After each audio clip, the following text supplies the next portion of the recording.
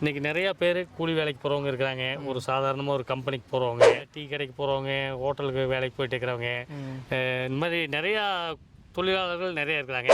அவங்களுக்கெல்லாம் நம்ம ஒரு வீடு வாங்க முடியாதா அப்படிங்கிற மிகப்பெரிய கனவு இருக்குங்க. ₹1 அப்படிங்கிறது ஒரு கான்செப்ட்டுங்க.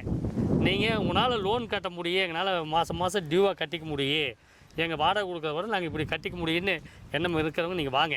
உங்களுக்கு அந்த ₹1 கூட வேண்டியதில் நாங்கள் பண்ணி கொடுக்குறோங்க. பார்த்து வாங்குறவங்களா இருந்தீங்க அப்படின்னா இந்த சைட்டில் எல்லா டைரக்ஷன்லையுமே உங்களுக்கு வந்து பிளாட் அவைலபிளாக இருக்குது. இபி லைன் இருக்குதுங்க. ஓகே.